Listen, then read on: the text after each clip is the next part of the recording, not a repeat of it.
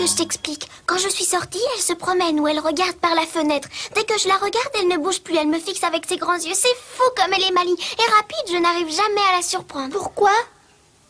Chut, peut-être qu'aujourd'hui on pourra la surprendre se promenant. J'aimerais tellement la voir marcher. D'accord? À 3, on va y aller. Tu es prête? Oui.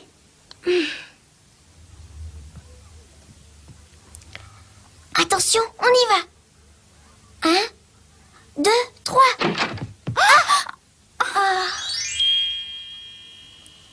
Et voilà, c'est toujours comme cela, raté. Tu t'es précipitée pour te rasseoir, vilaine. Je ne pourrai jamais te surprendre. Je suis vraiment déçue. Mais ton Émilie, c'est une poupée? Oui, c'est toujours comme ça avec Émilie. Elle est rapide comme l'éclair.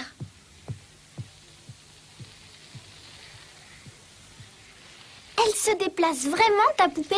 Mais oui, et elle parle avec mon ami perroquet, ça c'est sûr, le perroquet parle. Vas-y, Bonaparte. Ça! Oh, mais il parle vraiment? Tu vois? Oh.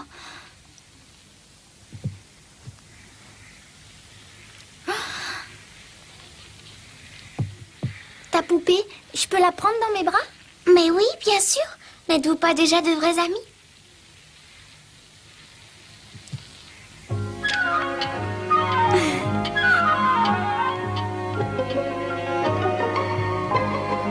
Oh, elle est belle, elle a bougé. Elle a vraiment bougé, t'as vu? C'est parce qu'Émilie t'aime, elle doit t'aimer beaucoup. Elle se sent très bien quand tu la prends dans tes bras. Elle est belle, vraiment belle, Émilie. Émilie, tu es la plus jolie poupée du monde. Allez, tu viens à côté dans ma chambre, c'est beaucoup plus agréable pour parler.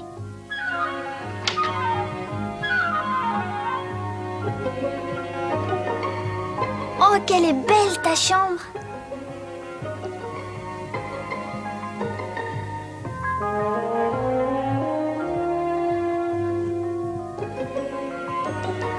Oh, comme c'est moelleux. Mon lit n'est pas comme ça. Il est tout dur. Tu veux bien que je t'appelle Sarah?